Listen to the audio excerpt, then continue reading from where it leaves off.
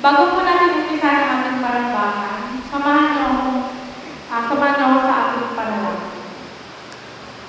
Lord God, we thank you for this day po dahil ginising niyo kami upang makapag-worship para sa inyo, Lord God. Lord, salamat sa pag-iingat na pagpunta namin dito sa simbahan, Lord God. And Lord, as we begin this worship to you, Lord God, i-ready niyo po yung mga puso namin, yung kaluluwa namin, at isip namin, Lord God. Naway, mangibabaw yung kaligayahan mo, Lord God, and maiparating sa amin ang mensahe, Lord God. In Jesus' name we pray, Amen. Ayan. Wait lang, hiningal ko po. Okay. Magandang umaga po sa ating lahat. Ayan. Isang linggo na naman po yung lumipas. Kamusta po kaya yung relationship natin with God? Kasi ako personally, nag-upisa akong mawalan ng tiwala. As a growing Christian po, nag-upisa akong mawala yung tiwala ko kay God.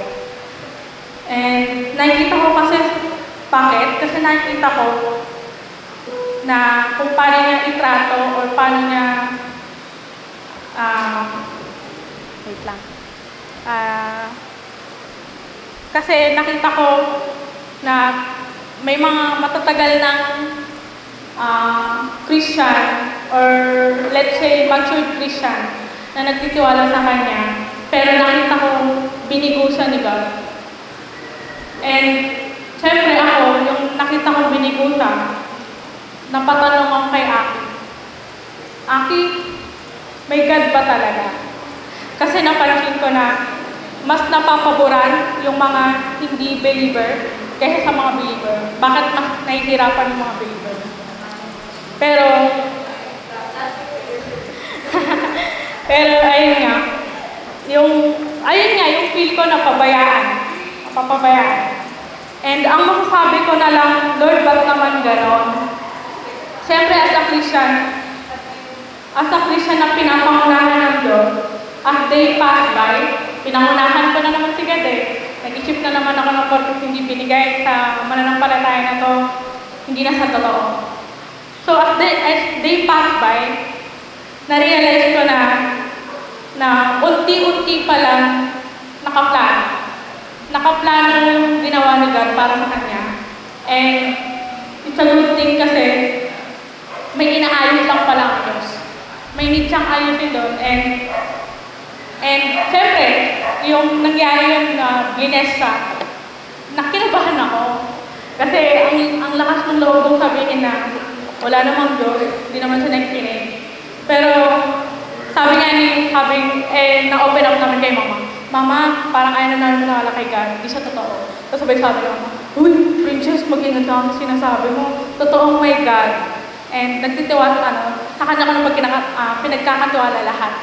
Tapos sabi ko, Lord, ano bang need kong gawin para mapatawad mo ako? Tapos nagulat na lang ako, biglang nag-chat si Ate Joanna na biglaan na, Princess, pwede ka ba mag-lead sa November 3? Kasi po, sa December 3. Kasi po sa December 10 po talaga ako.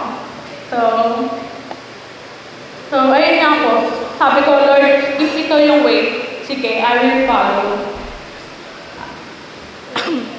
Kaya, blessed be the name of the Lord, for He will truly keep His promise for us believers.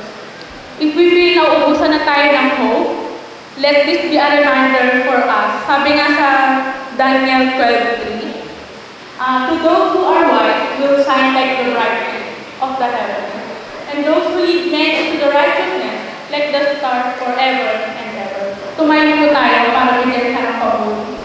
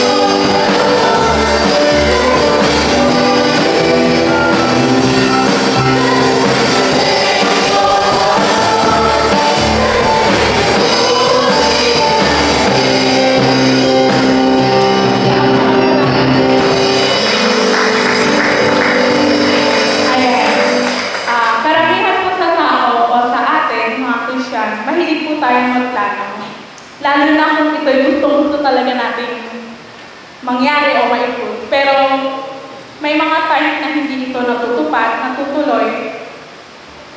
Kaya katulad ng sa akin, pag may plano kami ng mga kaibigan ko na sa ganitong date, meet tayo kasi get together, pero biglang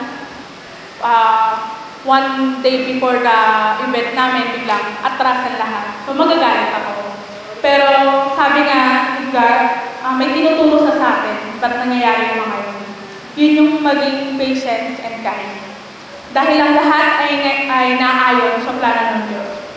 Kaya, live the life for His purpose.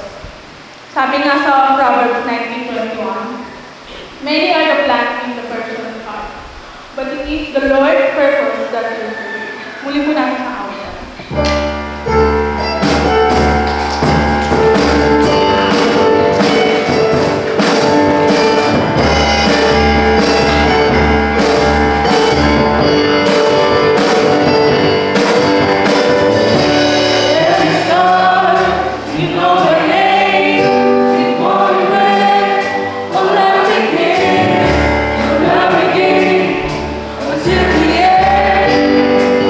You're the one.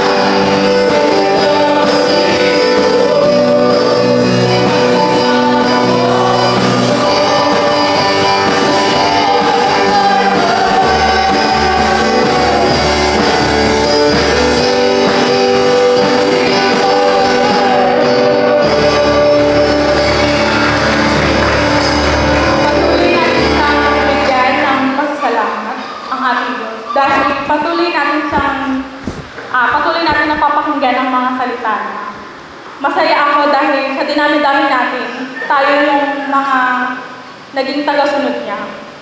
And naging paalala sa akin at naway sa inyo rin na dahil totoong kumikilos ang Diyos, nakikita natin na may magagawa ko talaga sa ating buhay. And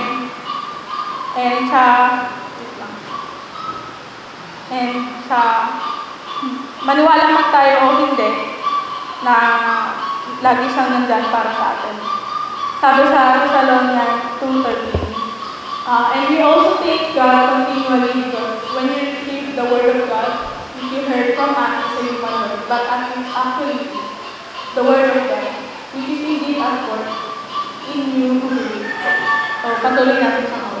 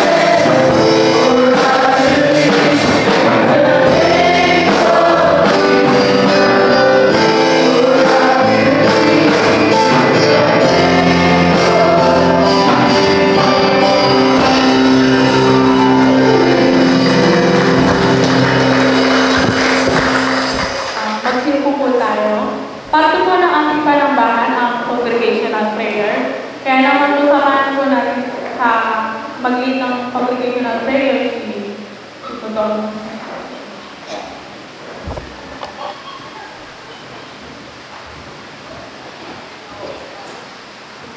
Nalangin tayo.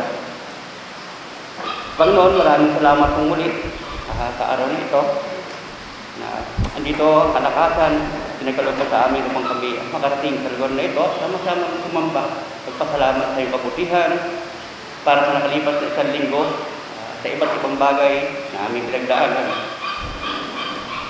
Hindi mo kami iniwan. Salamat po sa ito.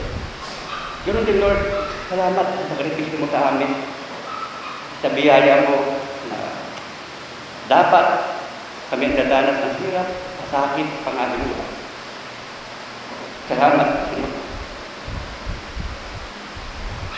Minalapat mo na ikaw ang tumalo, ikaw ang lumana.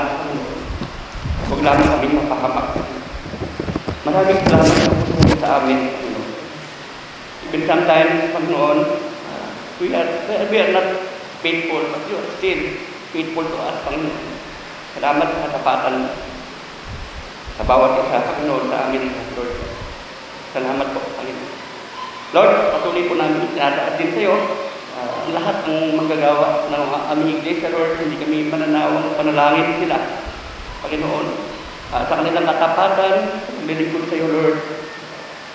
Sa mga ministry, Panginoon, patuloy namin itong dinadalangin. Even na aming mga missionary, Panginoon. Patuloy mo silang pag-ingatan, patuloy mo silang pagpalain, yung pagbaydo, Panginoon, kanilang mga pangangailangan, Panginoon. Ingatan mo ang kanilang pamilya sa panahon sila ay gumaganap ng kanilang misyon, Panginoon. Ganoon din, Lord, tinataas din po namin sa iyo. Ito, Lord, we pray healing, Panginoon. Pagalingin mo po siya, Panginoon. Sa kanyang karamdaman, even, Lord, ay Brother Joey, patuloy mo siyang bigyan ng kalakasan, Panginoon, para sa kanyang pag-aasikaso.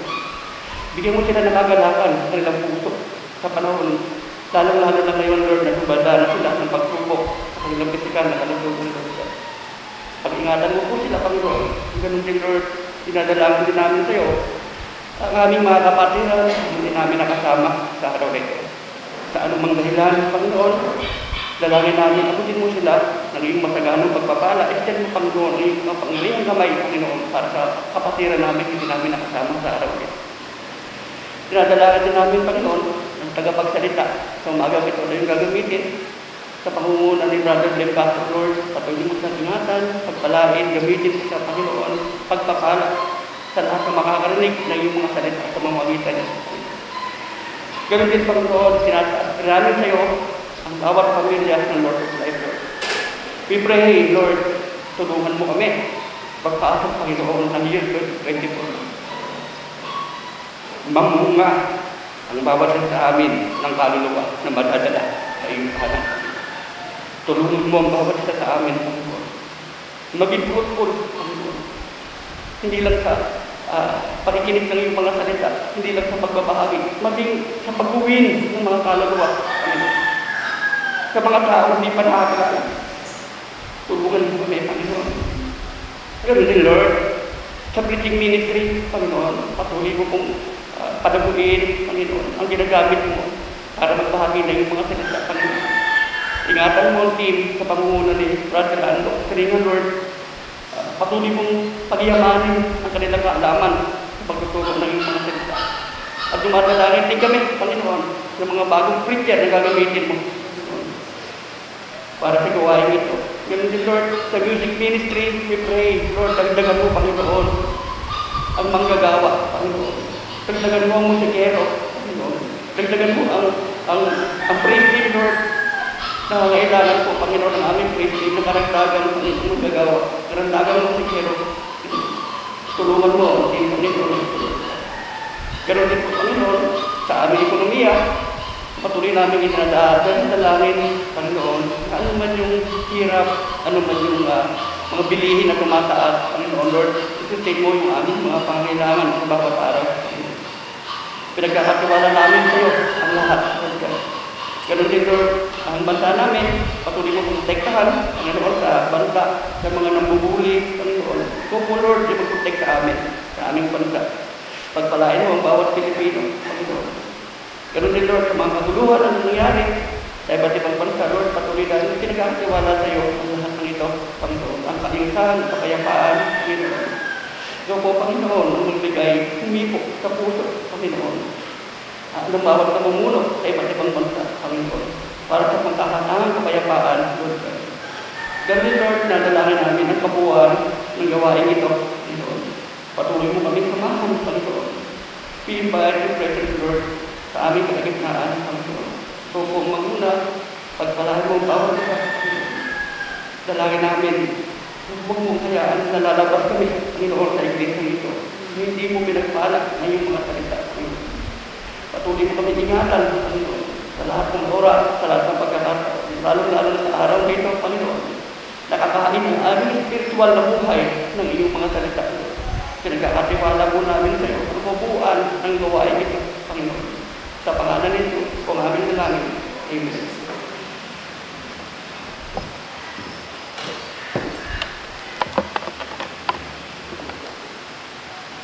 Sabi ko sa Salmo 32, The Lord says, I will guide you along the best pathway for your life. I will advise you and watch over you. So, siya ang daan, kaya kung may gusto man tayong tahaking landas, alam niya yung best para sa atin. Kaya we let the Lord guide and make a way for us with love and strength for His healing. Patuloy natin sa pagpunan.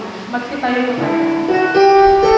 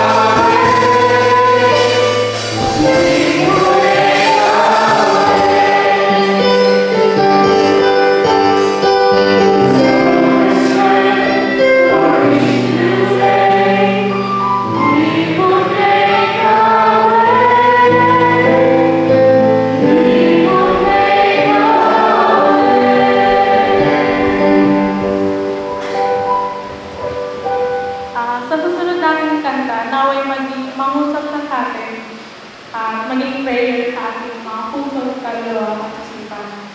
Kaya kamalan po ulit sa bigyan ka ng papuri.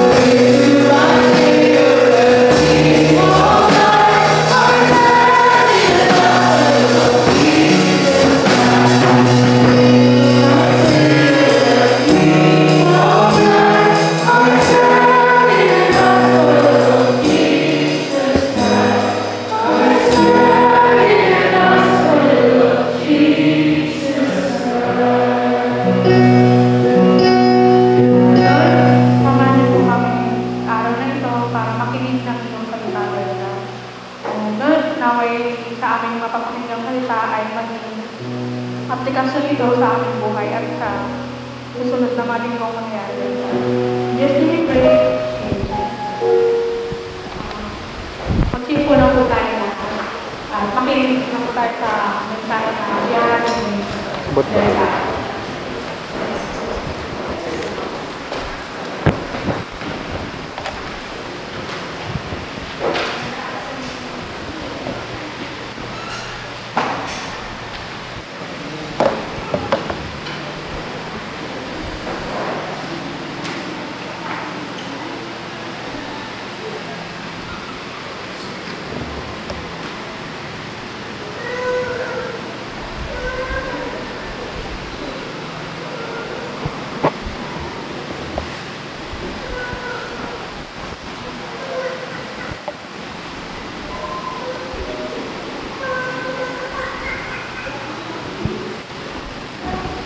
Magandang umaga po sa ating lahat. Ano po ngayon? December 3? No? December 3. Huling buwan na po ng taon. At gano'n lang po kabilis ang 2023. Hindi na ako nagbabati ng Merry Christmas. Nabati na tayo ni Ken.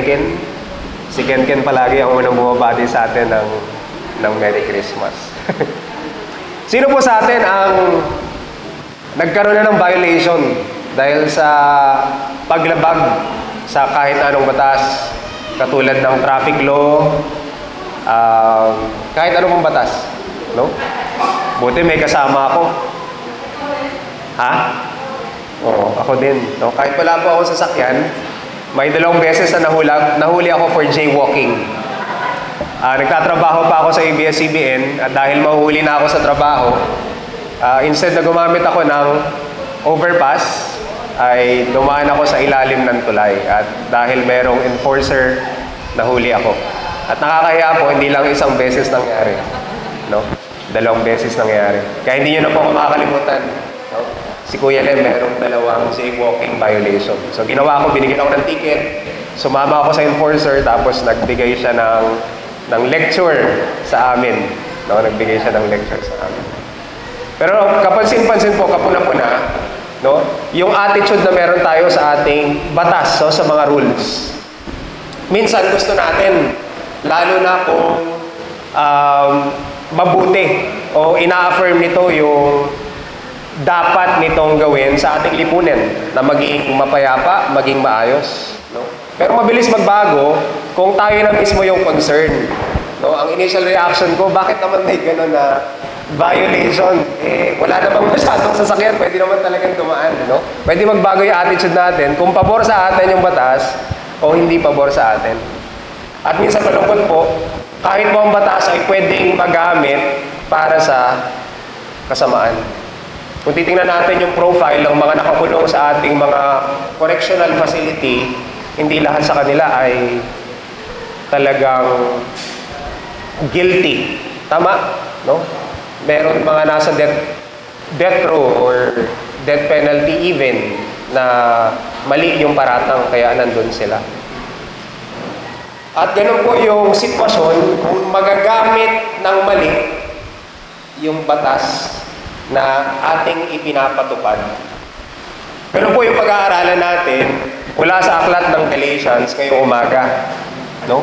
Hindi batas ng Pilipinas yung pag-uusapan natin dito, pero merong batas ang Diyos na ibinigay niya kay Moises, no, sa lumang tipan, at mayroong sitwasyon sa Galacia na mali yung kanilang pagkaintindi doon sa batas na yun na binigay ng Diyos. Kaya nagkaroon ng kaguluhan.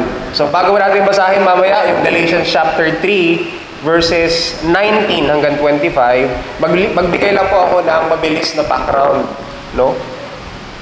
So mabilis po na background. Alam natin na yung unang mga naging Kristiyano, unang naging mga mananampalataya ay mga Hudyo. Kasi sa kanila na nagsimula, tama? Pero kumalat yung mabuting balita, ang isa sa ginamit ay si Apostle Paul. At nakarating yon sa lugar sa Galacia na nasa Turkey na ngayon, no? At sa Turkey or sa Galacia, ang mga nandun ay hindi na mga Hudyo, kundi mga Hentil. So, ang nangyari doon sa panahon ni Pablo nung sinulat niya yung aklat ng Galatians, yung sulat sa Galatians, merong mga grupo ng guro ng mga Hudyo na nagtuturo na doon sa mga Gentile Christians na dapat ito yung gawin nyo. Kasi bahagi ng pananampalataya, bahagi ng kaligtasan, bahagi ng pagiging matuwid sa harap ng Diyos ay pagsunod sa mga ito. Hindi pa doon natapos. Nag-create ito ng pagkapangkat-pangkat o division. No? Dahil sinasabi ng mga guro na ito, kaming mga Hudyo ay sumusunod sa kautusan, kaya kami lang ang katanggap-tanggap sa Diyos. Kaya mababa yung tingin nila sa mga Gentile na Christian sa Galatia. Pero panghuli po, mahalagang bigyan din, lalo na sa usapin sa Galatians, na yung mga sinulatan ni Pablo ay mananampalataya na. Madalas gamitin itong book ng Galatians para ipagtanggol na ang kaligtasan ay tanging sa biyaya lang ng Diyos sa pamamagitan ng pananampalataya, no? Versus mabuting gawa. So alam natin, kung kayo mananampalataya, hindi tayo nagiging Kristiyano o mananampalataya dahil sa mabuting gawa. Pero ganoon din po yung sinulatan ni Pablo. Naniniwala din sila na ang pananampalataya kay Kristo lang ang magiging tanging, no? Lunas o sanhi ng kaligtasan. Pero dinadagdagan ng mga teachers na ito yung burden sa mga Gentile Christians. Sinasabi nila, tama yan, manampalataya ko kay Kristo, pero hindi sapat yan. Samahan niyo lang po ako na mabilis at pakinggan natin sa sariling salita ni Pablo, no, yung problema, yung sitwasyon. Galing po mismo sa kanyang sulat para magkaroon tayo ng idea at hindi lang natin alamin kung ano yung sinasabi niya, kundi kung paano niya sinasabi, yung tono ng kanyang pananalita para maramdaman natin kung gaano kaseryoso itong bagay ito. Sabi niya sa chapter 1 verse 6, nagtaka ako dahil ang dali niyong tumalikod sa Diyos na tumawag sa inyo sa pamagitan ng biyaya ni Kristo. Bumaling kayo sa ibang magandang balita na hindi naman totoo. Masyado pang magaan yung salita na nagtaka. Sa Pinoy version, ang ginamit na salita ay na-shock. Na-shock ako sa inyo. No?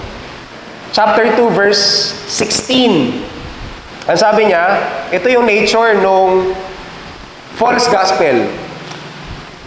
Kaming mga Hudyo ay sumampalataya rin kay Kristo, Jesus, para may turing na matuwid sa pamagitan ng pananampalataya at hindi dahil sa pagsunod sa kautusan. Sapagkat walang sino mang maituturing na matuwid sa pamagitan ng pagsunod sa kautusan. Ang tinuturo ng mga guro na ito ay magiging matuwid tayo sa pananampalataya kay Kristo at pagsunod sa kautusan. Kaya kailangan ipagtanggol, depensahan ni Pablo yun. At ito yung implication sa kanilang buhay. Sabi ni Paul, no, chapter 3, verse 3, talagang hindi nga kayo makaintindi! Exclamation point. Nagsimula kayo bilang mananampalataya sa pamagitan ng kapangyarihan ng Espiritu. Bakit ngayon? Pinipilit niyong magpakabanal sa pamamagitan ng sarili niyong pagsisikap. Sa panghuling talata po, ang sabi niya, may mga tao riyan na nagpapakita ng pagmamalasakit sa inyo pero hindi mabuti ang hangarin nila. Gusto lang nila akong siraan para sila ang sundin ninyo. So kung isa-summarize po natin, ito yung formula ng false gospel. Para maging katanggap-tanggap tayo kay Diyos, kailangan nating manampalataya kay Kristo. Check, no? Pero sa kanila kailangan dagdagan. Kailangan din sumunod sa kautusan na binigay ng Diyos kay Moses. Kaya kasama sa kautusan na yon yung pag-observe na mahalaga sa Hudyo, yung pagtutuli. Kasi marka sa kanila yon na bayan sila ng Diyos, no? Bahagi silang ng Israel. Mahalaga sa bansang Hudyo o bansang Israel, sa mga Hudyo, ang observance ng Sabat. Kaya yun yung sinasabi ni Pablo. Kung magpapatuloy kayo para maging katanggap-tanggap sa Diyos, mawawalan ng kabuluhan ang ginawa ni Kristo para sa inyo. May pinapahalagahan pa kayong mga araw, buwan, panahon, at mga taon. Kaya ito yung kailangan depensahan, ito yung kailangan ipagtanggol ni Pablo. Ang maging katanggap-tanggap sa Diyos ay isa lang yung equation. pananampalataya lang kay Kristo. Kaya sabi niya sa chapter 2, alam namin na ang tao ay tinuturing na matuwid ng Diyos sa pamamagitan ng pananampalataya kay Kristo at hindi sa pagsunod sa kautusan. Maliwanag po yun, no? Kayong mga nagsisikap na ituring na matuwid ng Diyos sa pamamagitan ng kautusan ay nahiwalay na kay Kristo, nahiwalay na kayo sa biyaya ng Diyos. Wag na wag po nating iisipin na tayo mga taga-Lord of Life ay absuelto na dito sa mensahe ng Galatians. Dahil maliwanag yung sinasabi ni Pablo. Ang kausap niya mga Kristiyano na. Ibig sabihin po, pwede tayong magsimula na nananampalataya sa biyaya, pero pwede tayong magpatuloy na hindi pinapamuhay yung mabuting balita. At mahalagang kailangan nating mapakinggan at makuha natin yung lesson na gustong ituro ni Apostle Paul sa mga taga-Galatians. Pwede tayong magsimula sa biyaya, pero over time, malihis tayo ng landas at lumakad pananampalataya ng malayo sa biyaya ng Diyos. Samahan niyo po ako. Kunin niyo po yung mga Biblia. Buksan niyo po sa Galatians 3:19 hanggang 25. At yung babasahin po natin ay bahagi ng depensa ni Pablo. Dahil mali ang pagkakaintindi ng kanyang mga sunulatan tungkol sa Old Testament law o yung kautusan na binigay kay Moses, kailangan niyang liwanagin. Para saan ba ang kautusan? Tumayo po tayong lahat. Basahin natin ang 19. Ang Galatians 3:19 to 25. Babasahin ko po. Babasahin ko ang salita ng Diyos na version. Ang kautusan at ang pangako ng Diyos. No? Sabi sa verse 19, kung ganoon, ano ba ang silbi ng kautusan? Ibinigay ito para malaman ng tao na nagkakasala sila. Ngunit ito ay hanggang sa dumating lamang ang ipinangakong apo ni Abraham. Ibinigay ng Diyos ang kautusan sa pamamagitan ng mga anghel at sila ang nagbigay nito sa mga tao sa tulong ng isang tagapamagitan. Ngunit ang pangako ay hindi tulad nito. Dahil nang ibigay ito ng Diyos kay Abraham, hindi siya gumamit ng tagapamagitan o mga anghel, kundi siya mismo. Verse 21. Kung ganoon, taliwas ba ang kautusan sa mga pangako ng Diyos? Hindi. Sapagkat kung ang kautusan ay makakapagbibigay buhay, ito na sana ang naging paraan ng Diyos para ituring tayong matuwid. Ngunit sinasabi ng kautusan na ang buong mundo ay alipin ng kasalanan. Kaya ang mga sumasampalataya lamang kay Kristo ang makakatanggap ng mga ipinangako ng Diyos. Verse 23. Nung hindi pa dumarating itong tinatawag na pananampalataya kay Kristo, para tayong mga bilanggo. Binilanggo tayo ng kautusan hanggang sa araw na inihayag ang kaligtasan natin sa pamamagitan ng pananampalataya. Ang kautusan ay naging tagapag-alaga natin hanggang sa dumating si Kristo para sa pamamagitan ng pananampalataya sa Kanya ay maituring tayong matuwid. At ngayong may pananampalataya na, wala na tayo sa patnubay ng kautusan ng tagapag-alaga. Manalangin lang po tayo ng nakikinig. Ama, salamat. Sama-sama naming sasariwain ngayong umaga yung sakripisyo na ginawa mo para sa amin. Pero tulungan mo kaming maintindihan ng lubusan gaano kalaki, kalalim, kalawak yung pag-ibig na nahayag sa pamamagitan ng sakripisyo na yun. Ipaunawa mo po sa amin, una, yung gustong sabihin ni Pablo sa mga taga-Galacia. At pangalawa, anong implikasyon, anong relevance ito sa amin, sa aming buhay sa ngayon. At katulad po ng aming inawit, tulungan mong mabuhay kami ayon sa kalayaan na meron na kami kay Kristo sa pamamagitan ng banal na Espiritu na nasa amin. Ito po ang aming panalangin sa pangalan ni Jesus. Amen. Gawin na po tayo. No? So yun po yung ating pag-aaralan. Ano yung layunin? No? Ano yung layunin ng kautusan? At ito ay again, depensa ni Pablo sa kanyang mga kausap. So yun po muna ang gagawin natin. Iintindihin natin paano sinagot ni Pablo yung tanong na to para sa kanyang mga sinulatan. No? Dahil naniniwala yung kanyang mga sinulatan, magiging katanggap-tanggap ako sa Diyos, oo, sa pamamagitan ng pananampalataya kay Kristo, pero dapat kasama. No, yung dating kong ginagawa, yung pagpapatuli, yung pag-observe ng Sabat, at lahat pa ng seremonya na ginagawa ng mga Hudyo. So,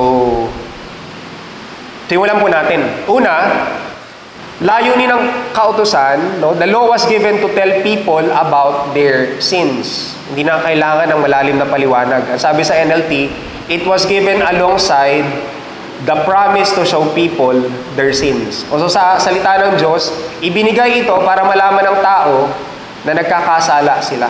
O sabi ni Pablo, mari yung pagkaintindi nyo sa kautusan. Hindi nagbibigay ng kaligtasan ng kautusan. Ang isa sa layunin ng kautusan ay para malaman ng tao, ipakita sa tao na siya ay makasalanan. No? Makasalanan.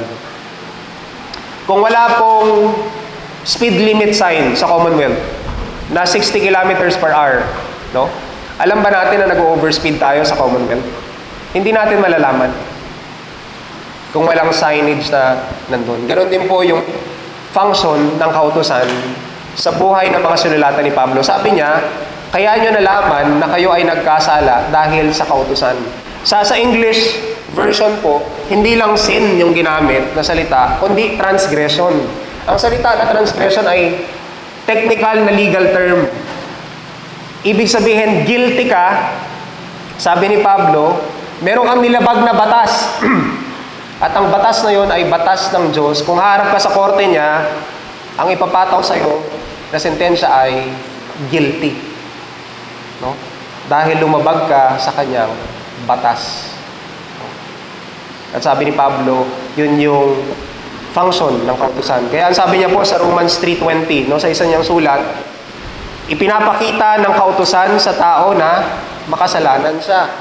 Sa chapter 5 verse 20, ibinigay ng Diyos ang kautusan para ipakita sa mga tao na marami ang kanilang pagsuway. At nadadagdagan pa nga dahil sa kautusan. Chapter 7, kung walang kautusan, hindi ko malalaman kung ano ang kasalanan. Halimbawa, kung sinabi ng kautusan, huwag kang maging sakim, hindi ko sana nalaman na masama pala ang pagiging sakim. Pwede natin sabihin, Kuya Lem, wala naman akong criminal record. No? Pag nilagay yung pangalan ko sa NBI, wala namang bumabalik sa akin. Ang pinag-uusapan po natin dito ay korte ng Diyos at batas ng Diyos. At sa batas ng Diyos, lahat tayo guilty. Dapat po tayong parusahan. Nalaman natin yun dahil sa kautusan. Pangalawang layunin, no, ng kautusan na hindi lang para malaman natin. At salamat, hindi natapos doon. No? Ang sabi, pangalawang layunin, the law was given as a temporary signpost to lead us to the promised means of salvation. No? Sabi sa NLT, the law was designed to last only until the coming of the child who was promised. Sa salita ng Diyos, ito'y hanggang sa dumating lamang ang ipinangakong apo ni Abraham. No? Ang keyword po dito ay temporary. Doon sa mga binasa natin na talata, ang sabi hanggang, until. Ibig sabihin, meron lang lifespan yung layunin ng kautusan sa buhay ng mga sinulatan ni Apostol Pablo. Hindi panghabang buhay. Temporary lang. Hanggang dumating yung pangako. So, ang isang function ng kautusan para sa mga sinulatan ni Pablo ay para malaman nila na hindi sa pamagitan ng pagsunod sa kautusan, maliligtas ang tao kasi merong ipinangako. So hanggang dumating yung ipinangako na yun, doon lang may bisa, doon lang magpa-function yung law ni Moses. Basahin ko po, kung bukas ang inyong Biblia, yung Galatians chapter 3, verses 15, no? Hanggang 18. Ang sabi niya, mga kapatid, bibigyan ko kayo ng halimbawa. Hindi maaring basta na lang ipawalang bisa o dagdagan ang anumang kasunduang nalagdaan na. Ganon din naman sa mga pangako ng Diyos.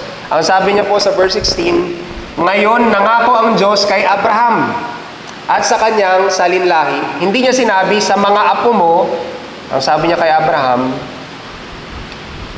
kundi sa apo mo, na ang ibig sabihin ay iisa, at ito'y walang iba kundi si Kristo.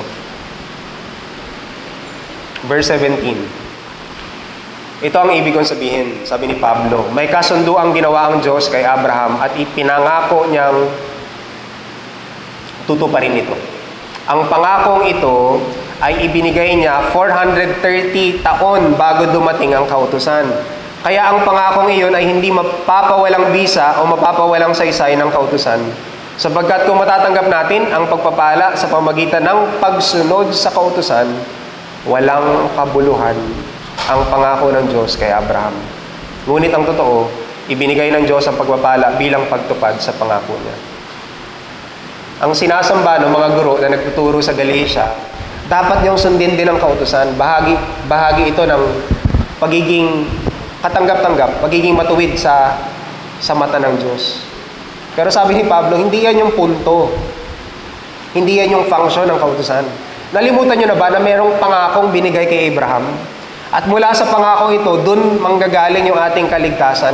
So hindi yung kautusan. Hindi binabaliwala ng kautusan yung pangako na yon. Yung pangako ay tutuparin pa rin ng Diyos at yun yung gagamitin niya para maligtas kayo at maging katanggap-tanggap sa Kanya. So merong lifespan, hindi panghabang buhay, yung pangako, ay yung batas o yung kasulatan o yung kautusan ng Diyos, no? Dahil hanggang doon lang siya nung ibinigay na ng Diyos yung pinangako. Pangatlong dahilan, pinakita din ng kautusan na it is unable to impart eternal life. Napaulit-ulit si Pablo. Basahin niyo po Galatians 1, no? Hanggang chapter 4. Paulit-ulit si Pablo. Ang sabi niya, is there a conflict? Is there a conflict then between God's law and God's promises? Absolutely not. If the law could give us new life, we could be made right with God by obeying it. Sabi niya, walang kompetensya. No? Mali kayo sa pagkakaintindi. Hindi kailangan sundin ang kautusan para magkaroon kayo ng buhay na walang hanggan o matanggap niyo yung biyaya ng Diyos. Kasi sabi niya, kung ang kautusan ay makapagbibigay buhay, ito na sana ang naging paraan ng Diyos para ituring tayong matuwid. Pero hindi. Hindi ko alam kung kailan po kayo naging mananampalataya, pero nung nagsimula kayo magbasa ng Old Testament, sino po sa inyo yung nainis? No? Lalo na nung simulan nating basahin yung kwento ng Israel. No? Yung minsan po, yun yung initial reaction natin. Basahin natin yung kwento ni Moses. Tinulungan niya yung bansa ng Israel makalaya mula sa Ehipto. Tapos nakita natin yung kabutihan ng Diyos, kapangyarihan ng Diyos sa pamagitan ng storya nila, no? Yung kasaysayan nila. Pero sa dulo ng kwento, nasa disyerto na sila, no? Papunta sa Sinai. Makita natin na nagsimula na silang magreklamo. No? Sabi nila, sana nasa Ehipto na lang kami. No? Ang reaction natin, ano ba naman kayo?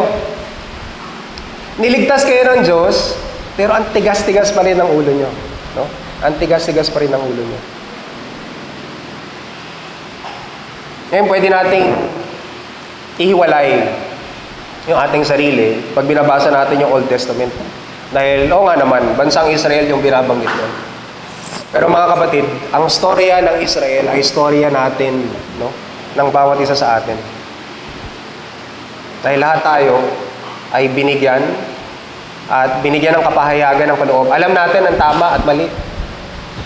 Dahil meron tayong Diyos na mabuti at pinahayag niya yung kalooban sa pamagitan ng isinulat niya sa kanyang salita. At kasama doon yung mga kautusan na magsisilbing gabay sa atin. Pero ilang beses natin paulit-ulit nilabag yun.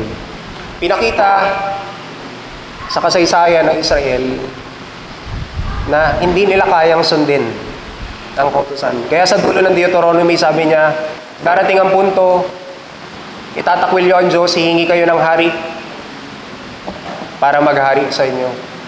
At hindi nyo masusunod itong mga utos na ibinigay ko sa inyo, yung mga bilin ng Diyos sa inyo. Kaya paulit-ulit yung lalabagin at paulit-ulit lalayo yung puso nyo sa Kanya. Pinakita ng kautusan na hindi ito makakapagbigay buhay. Hindi pagsunod sa kautusan yung solusyon. At panahon pa lang ni Moses, sinabi niya na yun. Pang-apat, the law was given to serve as a prison until salvation by faith in Christ came. No? Ang kautusan ay binigay para magsilbing bilanggo sa atin. No? Sa NLT, ang salita na ginamit, under guard. We were under guard. We were placed under guard by the law. We were kept in protective custody. So, ibig sabihin na bilanggo tayo. Ang picture na gustong i-paint ni Pablo dito ay merong na-confine tayo sa isang lugar at may mga sundalo na nagbabantay sa atin. So, walang paraan para makalabas tayo kung saan tayo napipiit. No? Sasabi sa salita ng Diyos, nung hindi pa dumarating itong tinatawag na pananampalataya kay Kristo para tayong mga bilanggo. Binilanggo tayo ng kautusan hanggang sa araw na inihayag ang kaligtasan natin sa pamamagitan ng pananampalataya. Sa paanong paraan tayo bilanggo? Kanina sabi natin na una-una, ang kautusan pinapakita noon na makasalanan ng lahat ng tao. At dahil makasalanan tayo, lahat tayo ay convicted. Convicted na lumabag sa utos, kalooban ng Diyos. Sumuway tayo sa Kanya. Guilty tayo. Kaya walang paraan para makaalpas tayo doon sa kaparusahan ng paglabag na iyon.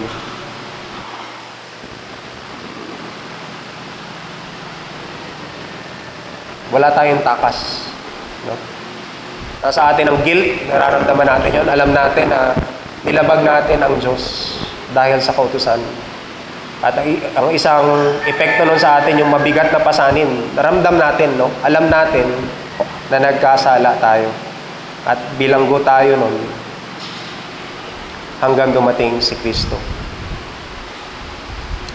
The law was given to serve not only as a prison, but also a guardian until salvation by faith in Christ came. Ganun din yung salita na ginamit sa New Living Translation. So, hindi lang siya prison, kundi guardian din ang kautusan. No? O sa Filipino, tagapag-alaga. Ang kautusan ay naging tagapag-alaga natin hanggang sa dumating si Kristo. Para sa pamamagitan ng pananampalataya sa Kanya ay maturing tayong matuwid. Ito very interesting dahil po ang salita na ginamit ay pedagogos. Doon ang galing yung salita natin sa English na pedagogy. No? Pero ito po ang pedagogos, malayo na yung original na meaning niya. Hindi ito teacher. Maraming translation, maraming salita sa kasalukuyan, ang equivalent nito. Una, nagfa-function to as a guard, no, binabantayan. Sa Roman household, sa isang pamilya na Roman, minana nila sa Griego, merong isang alipin na pinagkakatiwalaan ng amo para alagaan yung kanilang mga anak. Yun yung pedagog. Yun yung guardian. Yun yung tagapag-alaga. Isa sa tasks ng pedagog at tagapag-alaga ay ihatid yung kanyang alaga, yung anak ng kanyang amo sa eskwelahan. No? Para bantayan, walang tiyakin, walang masamang mayari sa kanila. So, nung panahon nila, talamak yung mga pedophile o yung mga tao na nangmomolestya ng mga bata. So, mahalaga na bawat bata, no, ay may bantay at masisigurado na makakarating ng safe sa school, makakarating ng safe pauwi ng bahay. So, isa yung function, sabi ni Paul ng kautusan. Kanina, binanggit natin na para tayong prison. No? Meron tayong bantay. Alam natin na lahat ng ginagawa natin ay masama dahil merong pedago. Pangalawang function or pangalawang silbi ng tagapag-alaga ay maging moral guide. Sila yung representative ng magulang para ituro sa bata kung ano yung tama at mali. Hanggang alam niya na, no, lumaki na siya, maging adult siya, na na-train na siya at kung ano niya, alam niya na kung ano yung tama at mali. So, andun yung pedagog para gabayan siya. No? Pag may nilalabag siya na hindi gusto ng kanyang mga magulang o mga batas sa lipunan. Pangatlo, siya rin ay caretaker or custodian.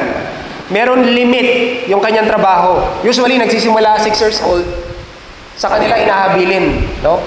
Pag na lumaki na yung bata, nag-turn na ng 6, ihahabilin na sa kanila at bahagi ng kanilang katungkulan, paghatid sa school, pagtatama sa kanila, at ituro sa kanila kung ano yung tama. Pero merong limit. Temporary lang yung kanilang trabaho. Kasi kung naging ganap na adult, yung bata, tapos na yung kanilang katungkulan. So dito rin kinuha ni Pablo yung temporary function ng kautusan. Pero ang uli, hindi sila yung teacher, pwede silang maging tutor. Dahil kasama nila yung bata pagpunta sa school, natututo rin sila. No? At may mga pagkakataon na sila yung nagsisilbi na tutor sa bata dahil pag hinahatid nila yung bata sa school, marami silang natututunan at nagiging gabay yun para magabayan nila yung bata sa kanilang educational na pangangailangan. So sabi ni Pablo, ang kautusan parang tagapag-alaga. Bilanggo tayo ng kautusan, binilanggo tayo, pero para din siyang tagapag-alaga. Tinuturo sa atin ng kautusan sino o ano talaga yung tunay na source ng kaligtasan. Kung paano ang pedagogue ay naghahatid sa school para idalhin sa tunay na teacher, ganun din yung silbi ng kautusan. Tinuturo niya sa atin sino ba talaga yung makapagbigay ng kaligtasan sa atin. So nagbabantay, nagtuturo ng tama at mali, temporary at tutor natin.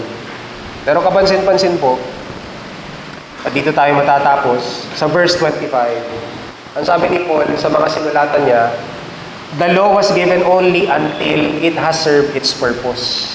Dahil temporary yung function ng law, the way of faith has come, we no longer need the law as our guardian. Mali yung tinuturo nyo. Mga Christian sa Galacia, hindi nyo na kailangan sundin ang kautusan.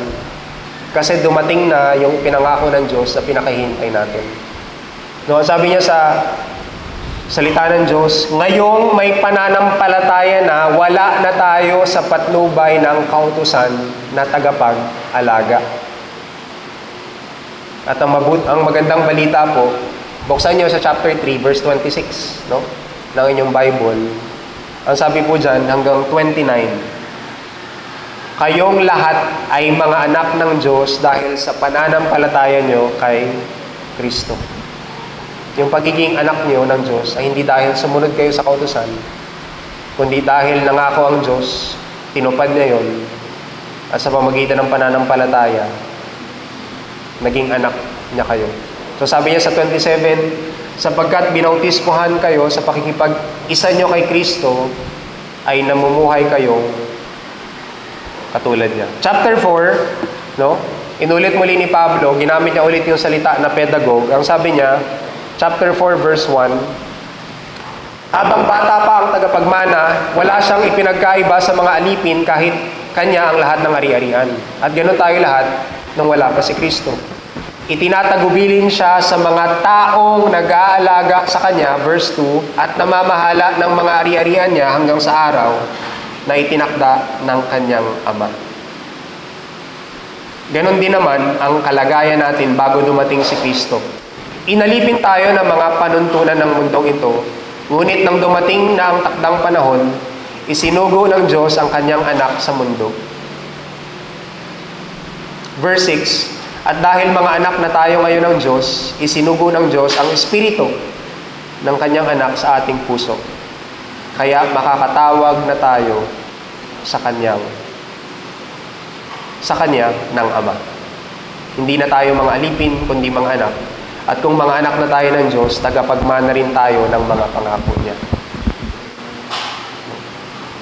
Mahirap po mamiss yung gustong sabihin ni Pablo sa atin, kahit sa maikling mga passages na ito. Pero ang maaari nating tanong, kung tapos na yung function ng kautusan, Bakit pa kailangan natin magbigay ng panahon? Bakit pa kailangan natin basahin ang Old Testament? No? Bakit pa natin kailangan na matunghayan yung storya ni Moses tsaka ng Israel? No? Bakit? At ilan lang to, merong 4 na lessons akong gustong bigyang diin mula sa mga katotohanan na napakinggan natin. No? Una, bahagi po ng mabuting balita ang pagbibigay diin sa realidad ng kasalanan. Tanggalin natin ang kasalanan sa presentation ng gospel, hindi kompleto yung magiging mabuting balita na ipapahayag natin. Tanggalin natin ang kasalanan, realidad ng kasalanan, hindi magiging kompleto ang mabuting balita. Realidad ang kasalanan sa atin nung hindi pa tayo mananampalataya. Kahit ngayon, no? Na mananampalataya na tayo. Kaya kailangan natin bigyan ng diin. Matunog po ngayon yung usap-usapan sa Kamara kung babalik ba tayo sa pagpaparticipate sa International Criminal Court. No, recently, napalaya si Senator Laila de Lima. Ilang taon po? 7. No? 7 taon. Almost 7 years. At natuklasan nila mali yung mga naging paratang at unti-unti binabawi ng korte yung mga kaso na nailapat sa kanya. Pero pinag-uusapan, ang sabi ng presidente natin, kino-consider natin ngayon kung pinag-aaralan kung babalik tayo sa International Criminal Court. Mga kapatid, pwede niyong sabihin, hindi ako kriminal. Wala akong krimen na ginawa. Pero hindi korte sa Pilipinas, korte ng International Court, yung pinag-uusapan dito. Ang pinag-uusapan natin dito, korte ng Diyos. At sa korte ng Diyos, lahat tayo guilty. Lahat tayo convicted. Wala tayong pwedeng sabihin sa Kanya na, Panginoon, sinunod ko naman. No? Hindi natin pwedeng sabihin, wala naman akong pinapatay. Dahil ang sabi ni Jesus, tumingin ka ng may galit sa kapwa mo, parang pumatay ka na rin. Hindi natin pwedeng sabihin, hindi ako nangangalunya. Tumingin ka ng may masamang pagnanais, no? Sa isang babae o sa isang lalaki, parang nangalunya ka rin. Pwede mo sabihin, wala naman akong sinasambang Diyos-Diyosan. Wala akong physical na altar sa aking bahay. Pero sabi ni Kristo, kung dumating sa punto ng buhay na mas pinapahalagan mo ang kayamanan, ang pera, paghahanap buhay, kaysa sa akin, para ka na rin sumamba sa Diyos-Diyosan. Lahat tayo sa korte ng Diyos, sa batas ng Diyos, ay nagkasala, makasalanan. Lahat tayo guilty. Ang pangalawang lesson na pwede nating matutunan, dahil totoo ang kasalanan, kailangan natin ng tagapagligtas.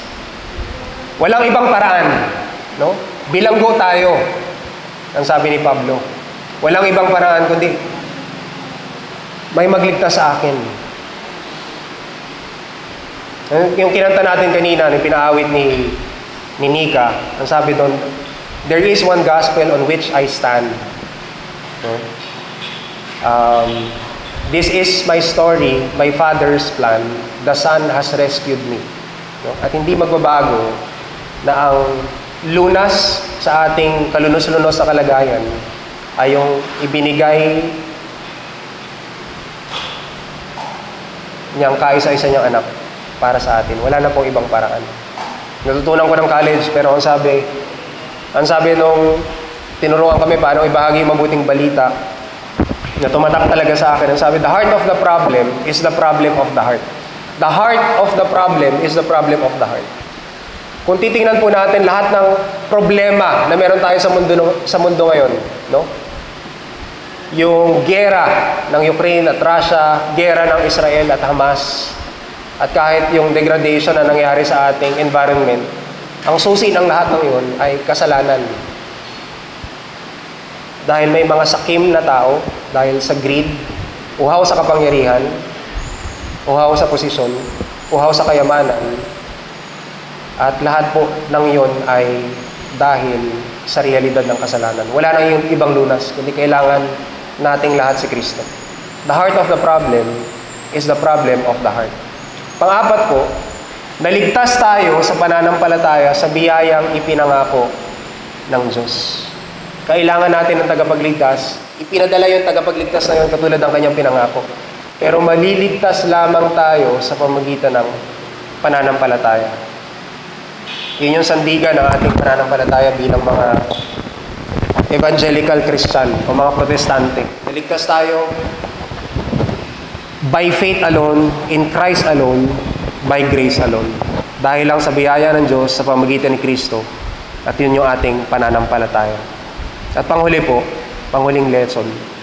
Dahil naligtas tayo sa biyaya ng Diyos, makakapagpatuloy lang ako at ikaw sa pamamagitan ng biyaya ng Diyos.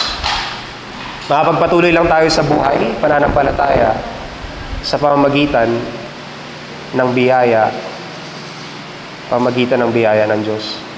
Gusto ko po mag-suggest, hindi nyo kailangan gawin lahat, no? Pwedeng suggestion na application ng mga lesson na nating natutunan. Una, huwag natin pong kaligtaan, basahin ang buo banal na kasulatan, buong salita ng Diyos, Old Testament, New Testament, kasama yung lumang tipan. Dahil ang kasaysayan ng Israel ay kasaysayan rin ng iyong buhay, ng iyong relasyon sa Diyos. Kung sa umpisa naiinis kayo kasi sobrang tigas ang ulo ng mga taga-Israel, no, hayaan nyo pang mag-sink in sa puso nyo na kayo rin ang bansang Israel. Maraming beses sa buhay nyo na tumalikod kayo sa Diyos, naging matigas ang iyong ulo, at paulit-ulit kayong sinuyo ng Diyos. At ang lunas lang noon ay kay Kristo natin matatagpuan. Isa po sa dahilan, no?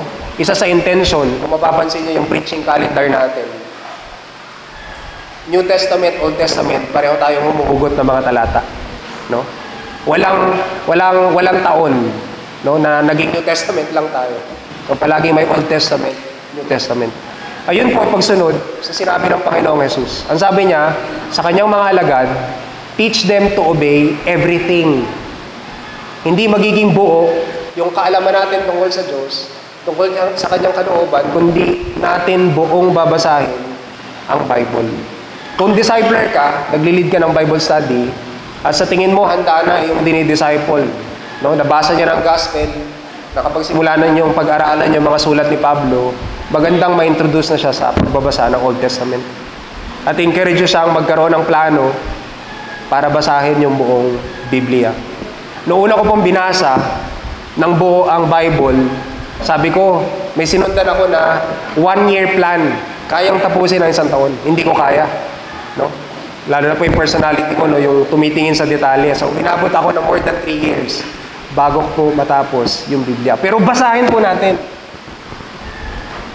Kasi ang whole counsel ni God, makikita natin hindi lang sa New Testament, kundi sa Old Testament. At yun yung buong kwento. Hindi ko alam kung ilang beses ako naka-receive ng mga messages sa FB, sa text, ng ilang mga Kristiyano, kapatid din natin, na gina-justify yung ginagawa ng Israel ngayon sa Palestine.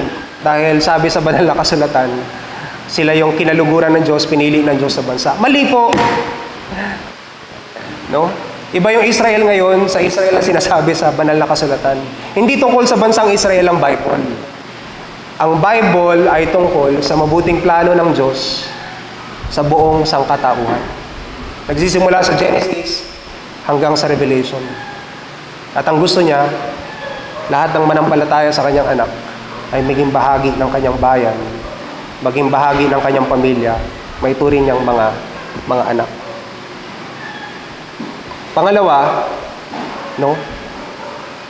Nagsimula na po yung celebration natin ng Advent. No? Sa ilang Western countries, ino-observe nila to. Pero ang Advent ay ang pagdating ng ating tagapagligtas. No? Kung naghahanap kayo ng devotional, natapos nyo na yung ng program nyo sa devotional na ginagamit nyo, pwede kayo maghanap ng devotional tungkol sa Advent. Dahil magiging makabuluhan lang, mga kapatid, yung pagsa-celebrate natin ng Kapaskuhan, kung pagbubulay-bulayan natin yung kahulugan ng dumating na tagapagligtas. Meron tayong Pasko dahil may Diyos na tumupad sa pangako. Meron tayong Pasko dahil may Diyos na tumupad sa kanyang pangako. At panghuli po, suriin natin kung meron ba, at kung meron, ano-ano yung false gospel sa ating buhay. Pag-isipan natin. Pwedeng sabihin natin na hindi na ako saklaw no payo ni Pablo sa Galatians. Kasi hindi ko naman alam kung ano yung mga kautusan na iniwan sa mga Hudyo. Pero pwedeng nagpapatuloy tayo, no? Nag-umpisa tayo sa biyaya, pero pwedeng nagpapatuloy tayo ng labas sa biyaya ng Diyos. No? At pwedeng merong mga false gospel na natanim sa ating isip, natanim sa ating puso, sa paglakad natin kasama ang Diyos. At magbabanggit ako ng mga halimbawa. Kung nananalangin ka pa rin na katulad nito, no? Panginoon, kung sasagutin mo lang itong panalangin na to, i-bless mo lang ako, gagawin ko to para sa'yo. No? Gawin mo lang to. Magsaserve ako sa Lord of Life. Mag-i-involve ako sa ministry. No, tatanggapin ko yung nomination sa council. Gawin mo lang to sa aking buhay. Kung tumatakbo pa rin po sa isip natin yun, false gospel po yun. Dahil yung relationship natin sa God, hindi transactional. Hindi siya naghihintay ng kapalit. Nagbigay siya, period. Nang walang hinahanap na kapalit. Kailangan lang natin tanggapin. O pwede tayo nabubuhay pa rin sa simbang gabi mentality, no? Na kailangan natin kumpletuhin yung siyam na gabi, no? Para i-bless tayo ng God. No, kung nabubuhay pa rin tayo sa ganong kaisipan, o nakikita natin yung disciple natin, doon pa rin ang gagaling, kailangan natin itama at ipaliwanag sa Kanya. Kahit hindi natin gawin yun, wala tayong ginawa. Anak tayo lahat ng Diyos. At ibibigay niya palagi yung pinakamabuti para sa atin. Anak tayo ng Diyos, kaya gagawin niya lahat ng pinakamabuti para sa atin. Gawin man natin yon o hindi. At yun sabi ni Pablo sa verse 26. No? Anak ka na ng Diyos. No? Hindi ka under ng kautusan. Wala kang kailangang gawin. Dahil ginawa niya na, siya na yung gumawa ng paraan. Binigay niya na yung kaisa-isa niyang anak para sa'yo. At pwede po yung kabaliktaran din, no? Na delikado din para sa ating matatagal ng Kristiyano. Pwede nating sabihin na dahil ginagawa ko tong XXXX para sa Diyos, kaya siguro ako pinagpapala. Kung kailangan din bandayan yung ating isip. Kaya siguro ako nasa council, nasa ganitong posisyon, kaya siguro nakakaranas ako ng kaluwagan sa buhay ay dahil ginagawa ko to para sa Kanya. Hindi po. No? Nabubuhay tayong lahat sa biyaya ng Diyos na nangako at tumupad sa pangako. Basahin, magbulay, suriin. No? 3 bagay na pwede natin gawin kahit po sa pag-uumpisa, no, ng ating celebration. Manalangin po tayo. Panginoon, marami pong salamat. More than 2,000 years na sinulat ni Pablo yung sulat niya sa mga taga-Galacia. Pero totoo, yung realidad pa rin na yun, yung mga lesson na yun sa amin. Katulad ng hamon mo sa amin noong nakaraang linggo, na para magpatuloy kami sa paglago sa aming relationship sa iyo, sa aming maturity bilang mga tagasunod mo, kailangan namin hindi lang gatas ang inumin, kundi kumain ng solid food, ng meat. Kaya patuloy mo pong ipangunawa sa amin na intimidated pag kaharap na namin ng Biblia dahil hindi namin alam kung saan magsisimula. Gamitin mo po ang banal na Espiritu para magturo sa amin, ang mga kapatid sa iglesia, para tulungan kami maintindihan ang ganap mong kalooban na nakasulat po sa iyong salita. Salamat no dahil po kahit makasalanan kami, kahit lahat kami ay convicted, guilty, ay gumawa ka ng paraan para makalaya kami at maging matuwid sa harap mo sa pamagitan po ni Kristo. Salamat sa aming gagawin para maalala yung sakripisyo na yun. At salamat sa banal na Espiritu na nilagay mo sa aming puso, na hindi na namin kailangan sumunod sa listahan ng mga kautusan, kundi nilagay mo na ang banal na Espiritu para magturo sa amin ano ang tama at anong mali, ano yung iyong kalooban. Maraming pong salamat, Panginoon. Lahat ng ito ay aming panalangin na may pasasalamat sa pangalan po ni Jesus. Amen.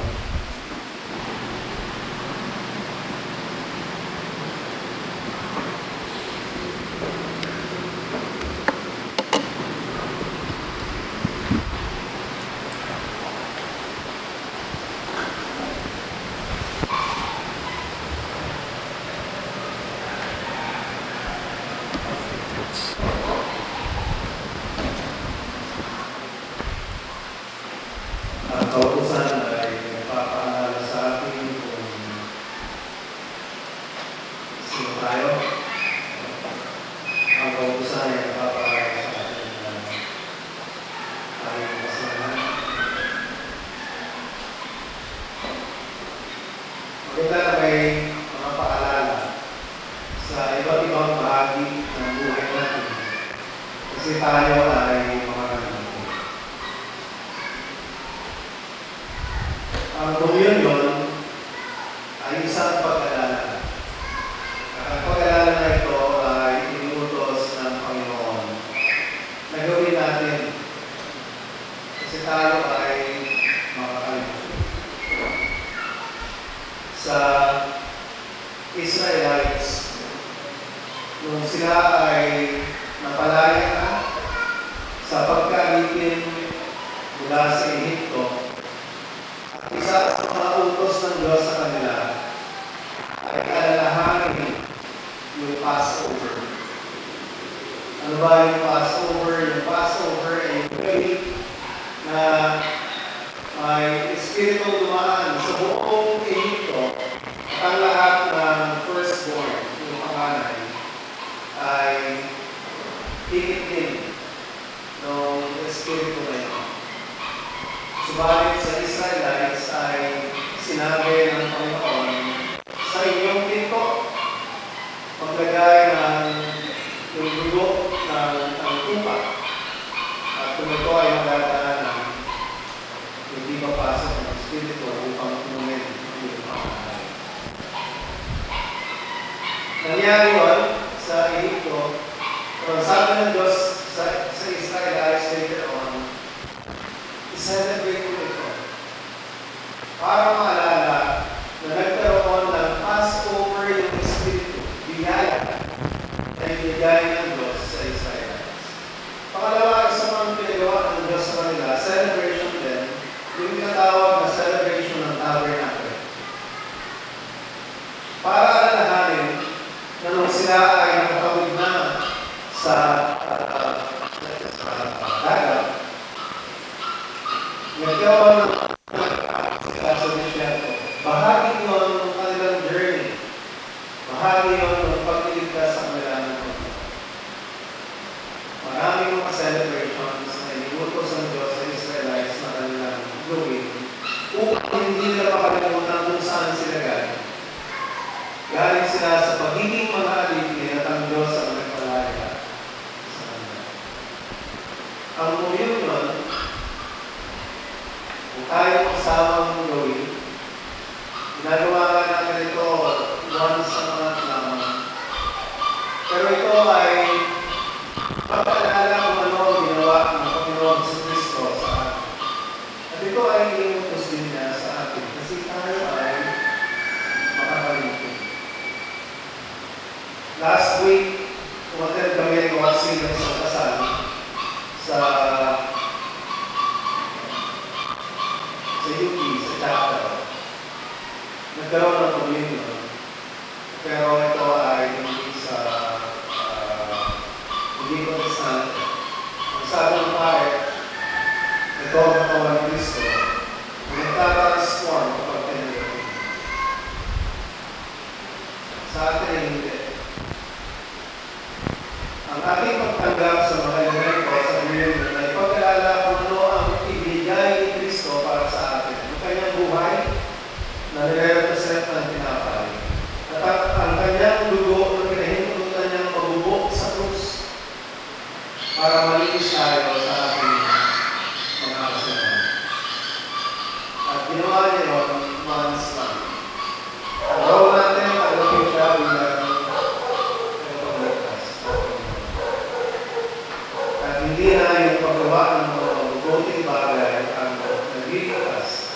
kundi yung paggawa ng mabubuting bagay ay bahagi na ng ating pagsamba sa Diyos. Sa huling hapunan, kumuha si Jesus ng tinapay, ito ay pinagkakaraso. Pero bago niya ginawa yun, humingi siya ng pasasalamat, nagbigay siya ng pasasalamat sa Diyos. Amazing, alam niya na sa gawin yun ay pagkakagulo na siya at pinabukasan nun ay mapapako na siya sa krus. Pero ano pa rin niya na magbigay ng pasasalamat sa Diyos. Hindi naman yung nangyayari sa akin.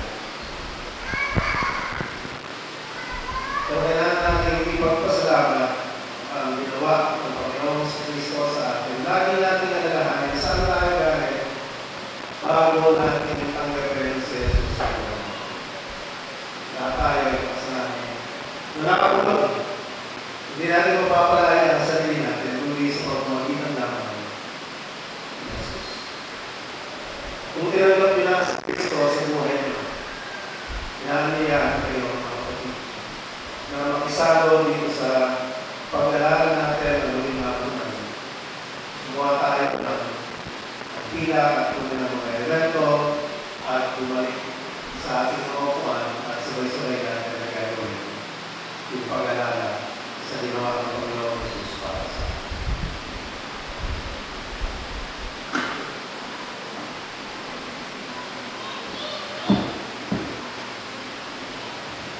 Ako, pila po tayo.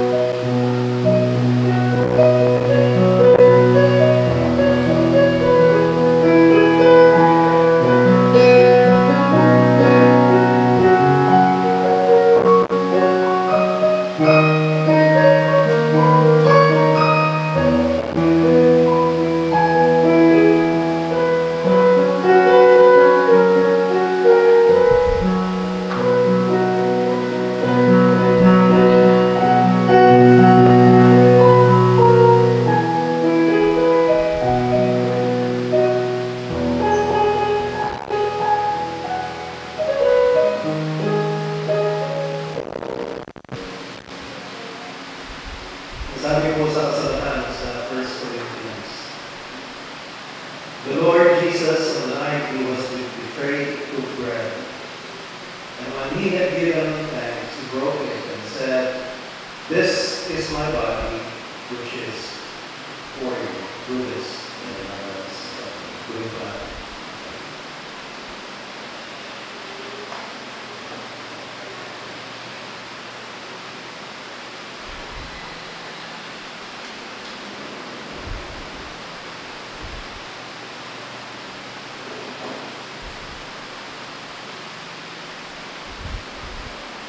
In the same way, after supper, he took the cup, saying, "This cup is the new covenant in my blood. Do this whenever you drink it in remembrance of me."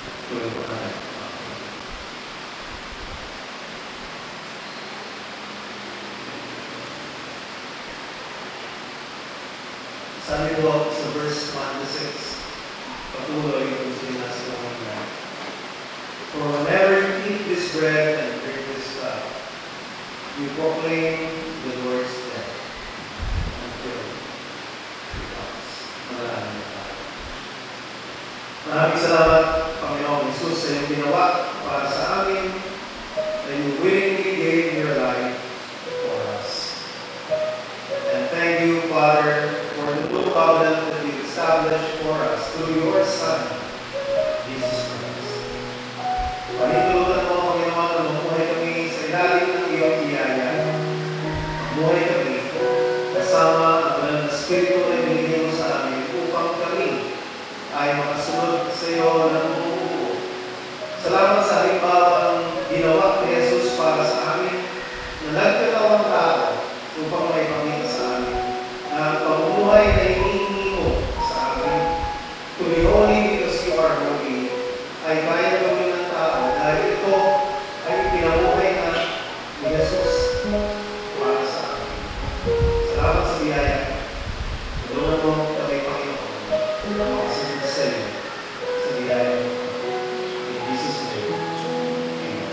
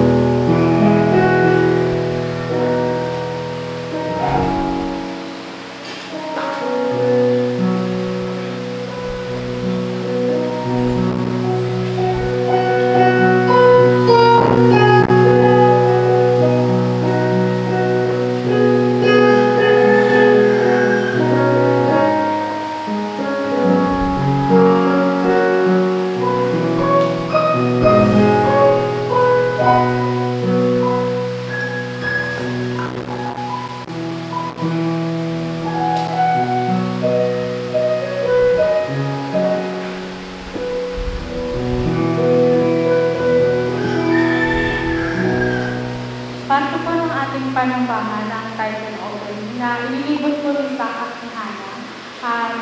Dahil po first Sunday of the month, ililibot din po yung social concern.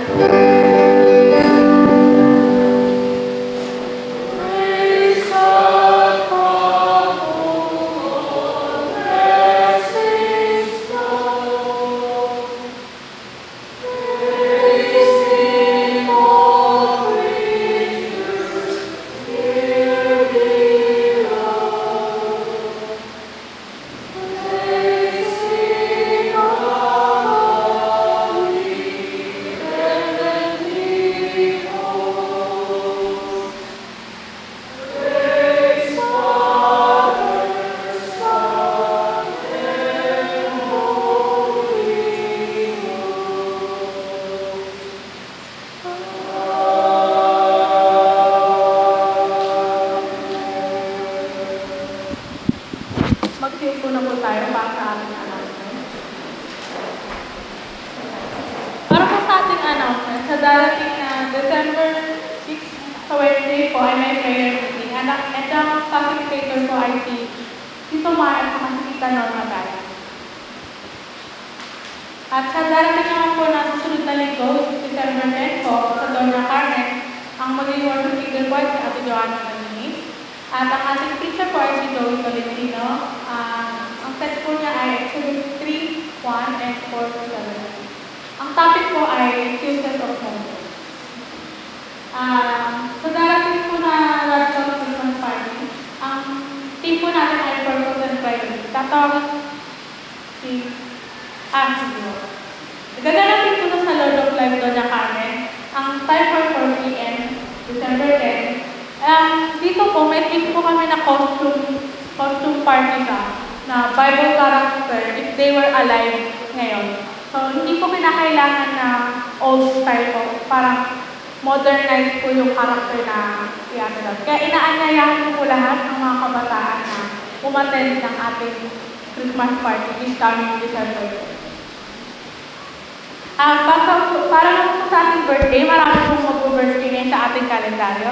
Ito po sa December 10 si Ate Andrea Agaya and si Nona Caballero. Sa December 7 naman po, si Kuya Yan Castro.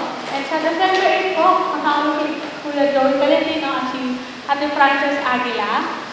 And sa December 9 naman po ay si Daniel Tuman. Awitan po natin sila na.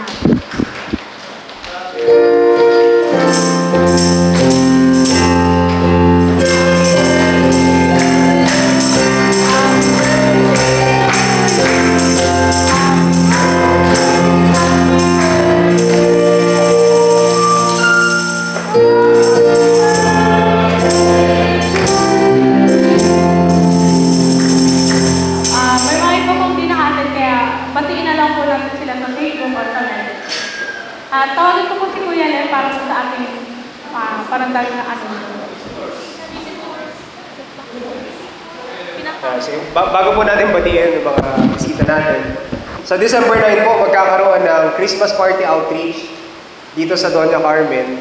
Ito po ay sa pakikipagtulungan, partnership with a church na gusto mag-bless ng community natin, ang Grace Gospel Church na nasa Congressional Avenue.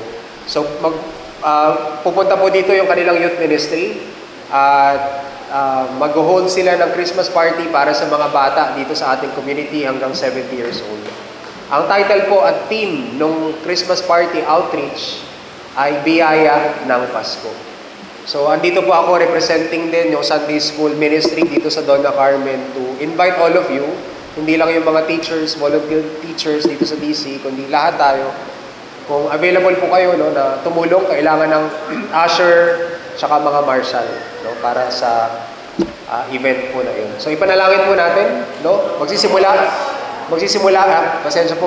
ng alas 12 ng tanghali hanggang alas 5 ng hapon. So 12 o'clock, darating na yung Grace Gospel Church at yung mga bata matatapos ng alas 5. Salamat.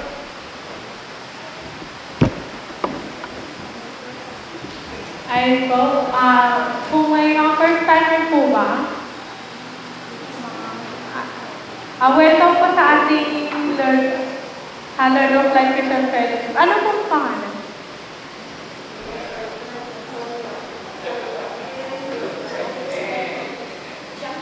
Welcome po dyan po sa aming panubahan. Sana po maka-attend kayo next Sunday.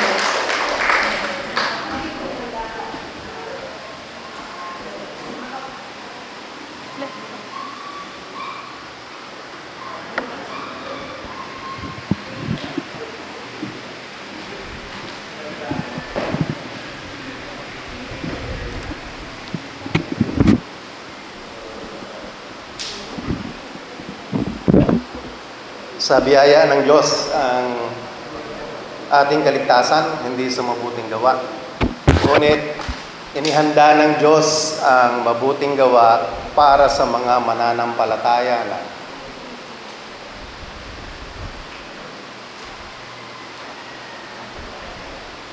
Ibahagi natin ang pag-ibig ng Diyos sa iba sa pamamagitan ng mabubuting gawa. Basahin ko lamang ang ilang bahagi ng 1 Thessalonians chapter 5. Ang sabi dito, live in peace with each other. Ito'y para sa atin ng mga mananampalataya. Live in peace with each other. And we urge you, brothers, warn those who are idle. Meron tayong role na magpaalalahanan. Encourage the timid. Help the weak. Be patient with everyone. Make sure that nobody pays back wrong for wrong, but always try to be kind to each other and to everyone else. Mabigat ba yung mensahe kanina? Mabigat. Alam nyo, ito para sa ating lahat. Sabi, be joyful always. Let us be joyful in hearing those reminders. Bahagi yon, makagaan sa ating puso, no? Sa ating paglakad sa pagsunod sa Diyos. Pray continually, ang sabi din dito. Give thanks in all circumstances, for this is God's will for you in Christ Jesus. Tumayo po tayong lahat at tanggapin natin ang basbas ng Panginoon. May God Himself, the God of peace, sanctify you through and through. May your whole spirit, soul, and body be kept blameless at the coming of our Lord Jesus Christ. The one who calls you is faithful, and He will do it. Manatili po tayong nakatayo para po sa panghuling awit.